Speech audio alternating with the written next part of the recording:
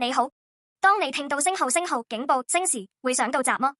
從早上的鬧鐘、消防局的緊急警報，到醫院裏提示病人狀況的警告音，所有這些警報的共同點是他們向我們發送一個信號。現在你必須為某事做準備。超級大國亞述王西拿基立第二次給猶大王希西家寄去威脅信。列國之神中有誰曾將自己的國從亞述王的手中救出來呢？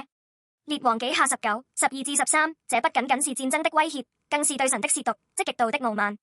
亞述王嘲笑獨一的上帝，仿佛他自己的力量和軍隊就是唯一的真神，嘲弄上帝是無能為力的，在他的掌握中無能為力。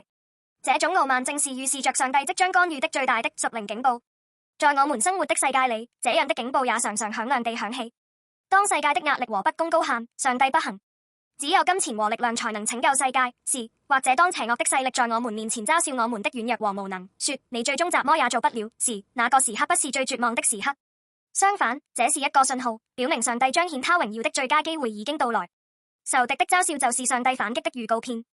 亞述王的傲慢嘲笑和威脅信最終預表了否認上帝能力的撒旦勢力。世界的權力、威勢、財富以及人類所依賴的一切，都在壓制和嘲笑我們，高喊拯救你們。希伯來語 Hillel 的能力只在我們這裡，但是我們已經擁有了擊碎這世上一切傲慢、平息撒旦一切嘲笑的反擊武器，那就是耶穌基督的十字架星號。當耶穌在十字架上無力地死去時，世人嘲笑你們的救主失敗了，這似乎是世人敲響的最響亮的勝利警報。然而就在那一刻，上帝的反擊開始了。耶穌在十字架上寶血的權柄一次性償清了捆綁我們的罪的代價，耶穌復活的權柄徹底踐踏了死亡和撒旦的勢力。世上的力量，任何傲慢的勢力，在這權柄面前都不得不屈膝。當我們聽到仇敵傲慢的警報聲時，我們必須走向我們所信的復活的耶穌基督。